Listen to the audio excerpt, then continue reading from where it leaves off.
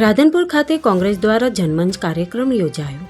વડપાસર તળાવ પાસે પૂર્વ પ્રદેશ કોંગ્રેસ પ્રમુખ અમિતભાઈ ચાવડાની ઉપસ્થિતિમાં જનસભાની વિધાનસભા સુધી કાર્યક્રમ યોજાયો। વાત કરીએ પાટણ જિલ્લાની।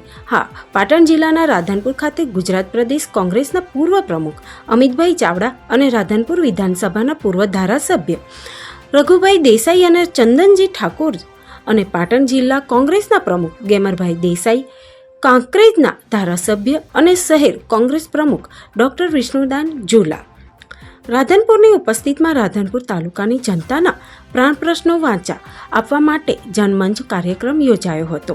મોટી સંખ્યામાં લોકો પોતપોતાના પ્રાણ પ્રશ્નો લઈને ઉપસ્થિત રહ્યા હતા। મોટી સંખ્યામાં રોડ, રસ્તા, પાણી તો નર્મદા અને ભળિયા ગામના સ્મશાનનો પ્રશ્ન ટોપ 10 થયો હતો। લોકો દ્વારા મોટી સંખ્યામાં ફોર્મ ભરી વિધાનસભા સુધી પહોંચાડવા ગુજરાત વિધાનસભાના વિરોધ પક્ષના નેતા અમિતભાઈ ચાવડાને ફોર્મ આપવા માટે આવ્યા હતા। અમિતભાઈ ચાવડાએ ગુજરાતના મુખ્યમંત્રી સુધી રજૂઆત કરી લોકોના પ્રાણ પ્રશ્નોનો નિકાલ કરવાની ખાતરી આપી હતી। આ પ્રસંગે રોડ, રસ્તા, પાણી, નગરપાલિકાના પ્રશ્ન, નર્મદા અને અન્ય પ્રશ્નોની રજૂઆત કરવામાં આવી હતી। આ પ્રશ્ને કાંકરેજના ધારાસભ્ય અમરતજી ઠાકોર પોલીસ ઉપર ચાપકા મારેલા, દારૂ જુગારના ધંધો બંધ કરાવવા અપીલ કરી હતી। કહ્યું હતું કે સમય અમારો પણ આવશે। સાંભળવા માટે આવ્યા છે। આપણા અનેક પ્રશ્નો છે। મેં પણ 2024 ની લોકસભામાં કેટલી જગ્યાએ ભાષણમાં પણ તમારા આમાં 4-5 પ્રશ્નો આવ્યા અને મેં ઉજાગર કર્યા હતા। મેં કીધું જો તમે મને કેન્દ્રમાં મોકલજો ચૂંટણી તો સૌથી પહેલા તમારો જે ટોલ ટેક્સનો પ્રશ્ન છે હું હલ કરીશ। મેં આપને કહ્યું હતું। કમનસીબે થોડા મતે હારી ગયા, પણ વિધાનસભામાંથી આપણે અવાજ ઉઠાવી અને તમારો જે સોદલપુરનો ટોલ ટેક્સનો જે પ્રશ્ન છે એને હલ કરવાનું કામ કરીશું। આ વિસ્તારમાં 1947માં દેશ આઝાદ થયા પછી 52 અમે આ વિસ્તારમાં પાણી લાયા।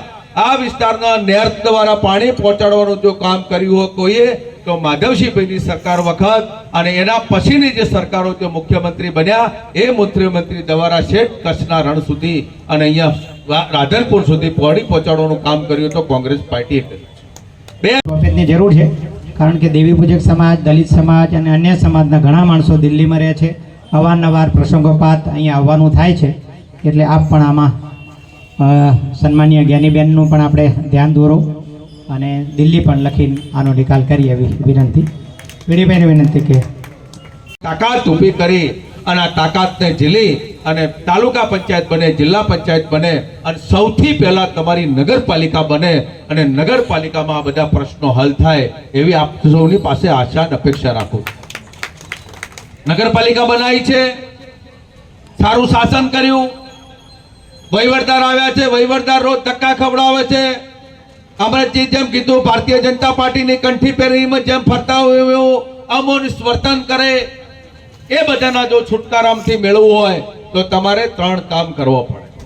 તમારી સ્થાનિક નગરપાલિકા હોવી જોઈએ, તમારો સ્થાનિક ધારાસભ્ય હોવો જોઈએ, તમારા સ્થાનિક અનેક કાર્યોમાં જે કાર્ય છે, જિલ્લા પંચાયત, તાલુકા પંચાયત જે ચૂંટાયેલા મેમ્બરો છે એ મેમ્બર દ્વારા જે તો હાથ ઊંચો ના કરતા,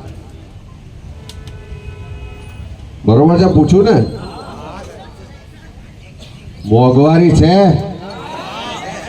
આ બેનો જ હાથ ઊંચી નહીં કરતા, એટલે મોંઘવારી છે, નડે છે, શિક્ષણ મોંઘું થયું છે। અહીંયા રજૂઆત થઈ કે દવાખાનામાં ડોક્ટર નહીં, વ્યવસ્થા નહીં, એટલે ખાનગીમાં જઈએ તો દવાખાના મોંઘા થયા છે। ખુલ્લેઆમ દારૂ વેચાય છે, વેચાય છે? અડધા હાથ ઊંચો નહીં કરતા, એટલે વેચાય છે દારૂ। અહીં નર્મદાનું પાણી બરોબર નથી મળતું એવી રજૂઆત થઈ કે કેનાલ બની છે 13માં, પણ હજુ સુધી પાણી આવ્યું નથી।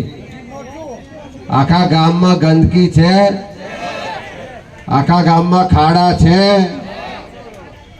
આ બધું જ છે, તો આપણે અત્યાર સુધી ચૂપ કેમ છે?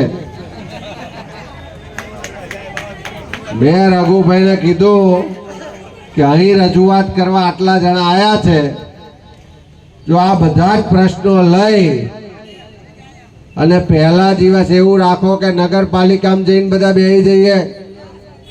જય સુધી વહીવટદાર, ચીફ ઓફિસર કે પેલો પ્રાંત અધિકારી આવીને હાથ ના જોડે અને કે નહીં કે આ તમારા પ્રશ્નોનું નિરાકરણ કરીશું, ત્યાં સુધી ખાટલા બાટલા લઈને ગોદડા લઈને ત્યાં ગયા હોય તો એને ઉકેલ કરવો પડે કે ના કરવો પડે?